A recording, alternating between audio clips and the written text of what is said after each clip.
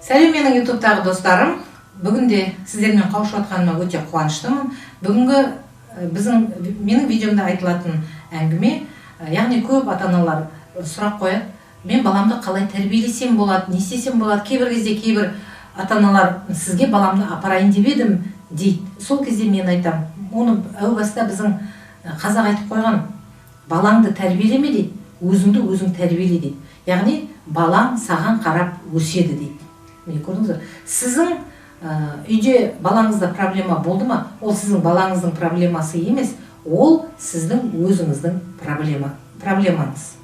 Енді ол қалай деуіңіз мүмкін, бала деген ол сіздің мысалы еккен сіздің ағашыңыз деп есептейік. Сол ағашқа үйде мысалы ағаш егетін болсақ далаға, оған біз су құямыз, суарамыз.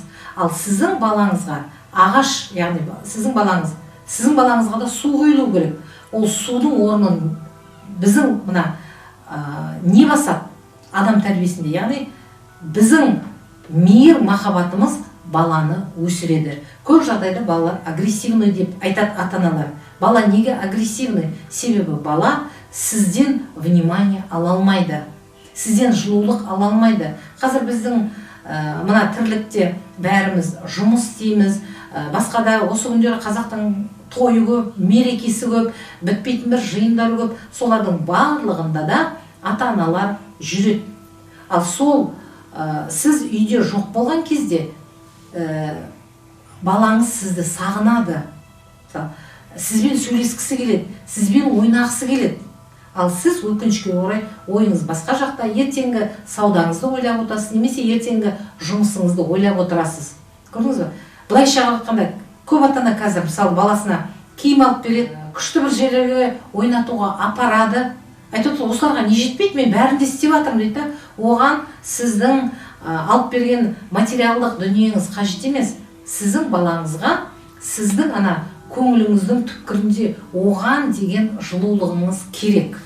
Мысалы, көптеген өмірде жетістікке жеткен дана адамдарды қарайтын болсақ, олардың өмірінде міндетті түрде ата-анасы, әжесі қамқорлыққа алып өсірген, яғни үнемі қасында болып, үнемі қолдаған, олармен әңгімелескен, олармен сөйлескен. Сіз егерде баламен шынайы сырласып сөйлесе білетін болсаңыз, бала сізден ешқашанда қашпайды.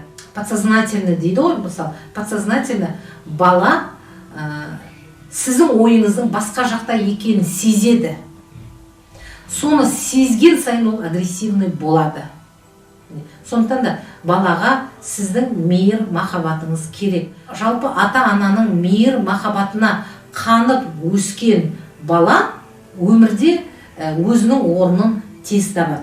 Өмірде мысалы ер адам болатын болса, әйел адаммен жақсы шаңырақтың астында берекелі мерекелі өмір сүреді. Психологияда бар ғой, мысалы айтылып жатады көбіне комплекс неполноценности, ол өзін іште бір кем санап жүреді. Іште кем санау деген сөз, ол бір кезде өзінің ата-анасынан ала алмаған мейір махаббат оған барлық уақытта да жетпей жүреді. Ол оның бүкіл өмірінде кесірін тигізеді, былайша айтқанда. Сондықтан да балаңызды бірдеңе деп кінәламас бұрын өзіңізге мән беріп қараңыз. Өзіңіз не істеп жүрсіз, соны қараңыз. Өзіңіздің аузыңыздан қандай сөздер шығады. Мүмкін сіз баланы үнемі бір кемсіте беретін шығарсыз. Мынау бүйтпейді, мынау сөйтпейді деген сайын ол бала өзін кем санай береді. Себебі бала үшін ең бастысы оның ата-анасы. Ең өмірдегі жақын адам ол соның баланың ата-анасы. Сондықтан да сізде көбірек жауапкершілік бар. Балам жақсы болсын дейтін болсаң, бірінші өзің жақсы болуың керек. Балаң сені сыйласын дейтін болатын болсаң, сол балаңды бірінші сен сыйлауың керек. Мен өзім бұрынғы видеоларымда да айтып жүрмін, әлемдік мистик Садгурудың сабақтарын өте көп тыңдаймын. Сол кісінің кітаптарын оқимын. Сол кезде сол Садгуру айтады ғой, менің шешем дейді, үнемі таңертең ерте тұрып, біздің бәрімізге тамақ дайындап қоятын еді дейді, керемет қылып. Әр баланы жеке-жеке сабаққа шығарып салатын еді.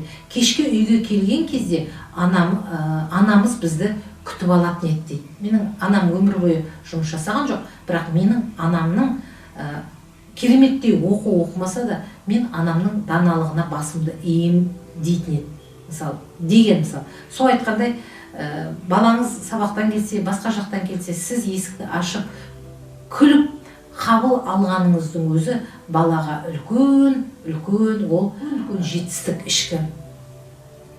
Көп жағдайда қалай бізде бала келеді, оны үйде күтіп алатын ешкім жоқ. Есігін кілтін ашып өзі үйге кіреді, өзі кейбір кезде тамағын жеп отырады. А сен сол бала тамақ жеп отқанда қасында бірге отырып, бірге сөйлесіп, өзіңнің соған тілеулес екеніңді білдіретін болсаң, балада ешқандай да агрессия болмайды. Енді осы бала тәрбиесіне қатысты осы жердегі айтайын деген ойым осы. Қазақтан асқан дана жоқ. Сол қазақ халқы әу баста айтып кеткен: балаңды тәрбиелеме, өзіңді тәрбиелей бер. Балаң саған қарап өседі. Ал егер де менің осы әңгімем ұнаса, лайк басыңыздар, комментарий қалдырыңыздар, және де каналыма тіркеліңіздер.